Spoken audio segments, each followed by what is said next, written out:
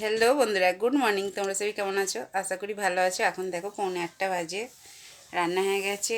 ছেলেটা ভীষণ কষ্ট পাচ্ছে, পড়ে গিয়ে তো এক পায়ে তো চোট লাগিয়েছে বন্ধুরা। পাটা তো কেটে কুটে একাকার করেছে, আবার কাল থেকে পেটে লাগছে। পেটে ব্যথা ওষুধ ফষুধগুলো খাচ্ছে না, পেটটা গরম হয়ে গেছে, বুঝতে পারছি বন্ধুরা। এই হচ্ছে ব্যাপার। সে 4টে সাড়ে 4টে থেকে উঠে পটি টটি করছে, উঠে জেগে আসলে হচ্ছে। এমনি তো আমার ভোরবেলা ওঠা, বুঝতে পারছি বন্ধুরা। এই হচ্ছে ব্যাপার। আর আজকে মেনে এই দেখো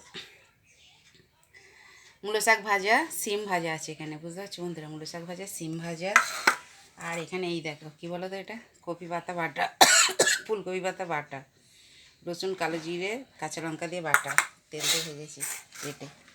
আর এখানে এই দেখো চানা মাছের ঝাল, বুঝতে পারছো বন্ধুরা, সমুদ্রের চানা মাছের ঝাল।